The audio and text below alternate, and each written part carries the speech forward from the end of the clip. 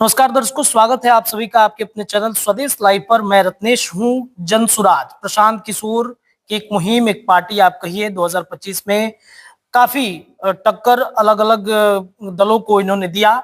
लेकिन चुनाव मैदान में जिस तरीके से उतरे, हालांकि कई जगहों पर देखा गया कि जीते जीते रह गए, लेकिन साल 2025 चुनाव के बाद 26, 27 और 28 के समय में ये आगे किस तरीके से रणनीति पर काम करेंगे, प्रशांत किशोर की यात्रा पर बातचीत करेंगे। हमारे साथ दीपक जी हैं, जनसुराज के प्रवक्ता हैं। दीपक जी, बहुत स्वागत है हमारे। नमस्कार। हमारा पार्टी बिहार चुनाव में आया था और हमने बिहार से जुड़े सारे मुद्दे को हमने जनता के सामने रखा।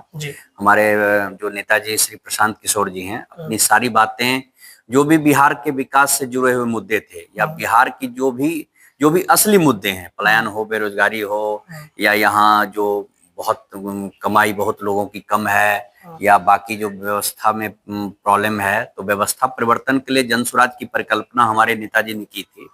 उसी आधार पे वो पूरे बिहार का गांव-गांव जाके पदयात्रा भी उन्होंने की और सारी बातों को समझाया। लेकिन हमारे सारे मुद्दे सही थे, सारी बातें सही थी, जनता उन्हें सोच भी समझ रही थी, सोच भी रही थी, समझ भी रही थी, लेकिन वो वोट में परिवर्तित नहीं हुआ।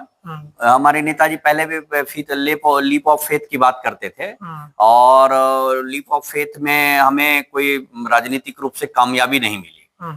तो अभी चुनाव के बाद हमें जनता ने जो जितनी ताकत दी, जो भी हम जिन्होंने भी हमें वोट किया, 15 लाख 20 लाख लोग जो उन्होंने हमने वोट किया, और जहां तक राजनीतिक पार्टी का सवाल है, तो हमारे नेताजी विभिन्न जिला के जो हमारे संगठन के जो लोग थे उनसे लगातार बैठ के चल रही हैं, और हमारे नेताजी का और हमारे जो और ऑफिस बेरर हैं उनके साथ विभिन्न जिला के जिलाध्यक्षों और संगठन से जुड़े लोगों की बैठक हुई, उनके साथ फीडबैक लिया गया। हमारे पर्यवेक्षक सारे जिलों में गए, वहां से फीडबैक लिया गया कि आखिर क्या कमी रह गई और क्या स्थिति परिस्थिति बनी जिसके कारण हमें इस तरह की निराशा हाथ लगी। उसी क्रम में सारे लोग आए और उनसे हमारे नेताजी की बातचीत हुई।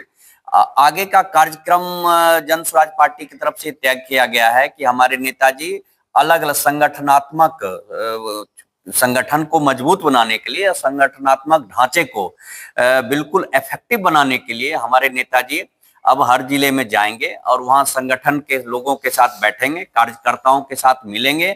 जो हमारे पुराने साथी पदयात्रा के समय रहे, सबको सबसे संपर्क साधा जाएगा और एक बहुत ही मजबूत संगठनात्मक ढांचा तैयार किया जाएगा बिहार में, ताकि बिहार में आने वाले आगामी चुनावों में जनसुराज का प्रदर्शन बहुत बेहतर हो। और जिस व्यवस्था परिवर्तन का जो संकल्प और सोच लेके हम लोग चले हैं कि बिहार को देश के अग्रणी राज्यों में लाकर खड़ा करें, बिहार में सारी सुविधाएं हो और बिहार की जनता सबसे ज्यादा खुशहाल हो, इससे जुड़े जितने भी सारे मुद्दे हैं उनको लेके प्रशांत किशोर जी सर्व जिले में उनके जाने का प्रोग्राम है। 8 फरवरी से उनका कार्यक्रम लगा हुआ है और पहले वो चंपारण साइड से ही वो शुरुआत कर रहे हैं, जो गांधी जी का एक बहुत पुराना आंदोलन किया हुआ जगह है और वो बहुत ही उर्वरा जगह है राजनीति के लिए, राजनीतिक रूप से अच्छे संकेत देने के लिए, अच्छे विचारों को आगे बढ़ाने के लिए। तो वहीं से हमारे नेताजी प्रशांत किशोर जी 8 फरवरी से यात्रा के लिए निकल रहे हैं, जिसमें उनका हर जिले में जाने का कार्यक्रम है, कार्यकर्ताओं से मिलने का कार्यक्रम है, जो हमारे ऑफिस बेरर हैं या जो हमारे संगठन के लोग हैं उनसे मिलने का कार्यक्रम है, नए लोगों से मिलने का कार्यक्रम है जो संगठन में काम करने के इच्छुक हैं, और एक मजबूत संगठनात्मक ढांचा को तैयार करने का पूर्ण रूप से प्रारूप तैयार किया जा चुका है, जिसके आधार पर आगे जनसुराज पार्टी संगठनात्मक ढांचा को मजबूत करते हो और अपनी बातों को जनता के सामने रखते हुए चीजों को आगे बढ़ाएगी और आगामी आने वाले चुनाव में अच्छा प्रदर्शन करने का प्रयास करेगी। एक प्रश्न ये है कि पिछली बार जो गलतियां हुई, क्या उन गलतियों को सुधारने के लिए प्रशांत किशोर यात्रा पर निकल रहे हैं? नहीं, देखिए, जहां तक गलती हुई के लिए ये बताइए आप। मैं बताना चाह रहा हूँ, हमारे सारे मुद्दे सही थे, हमने जनता को समझाया, जनता को बताया, आज भी वही मुद्दे हैं, उसी मुद्दे पर, हमारे ही मुद्दे पर सरकार काम कर रही है। जैसे अभी हमने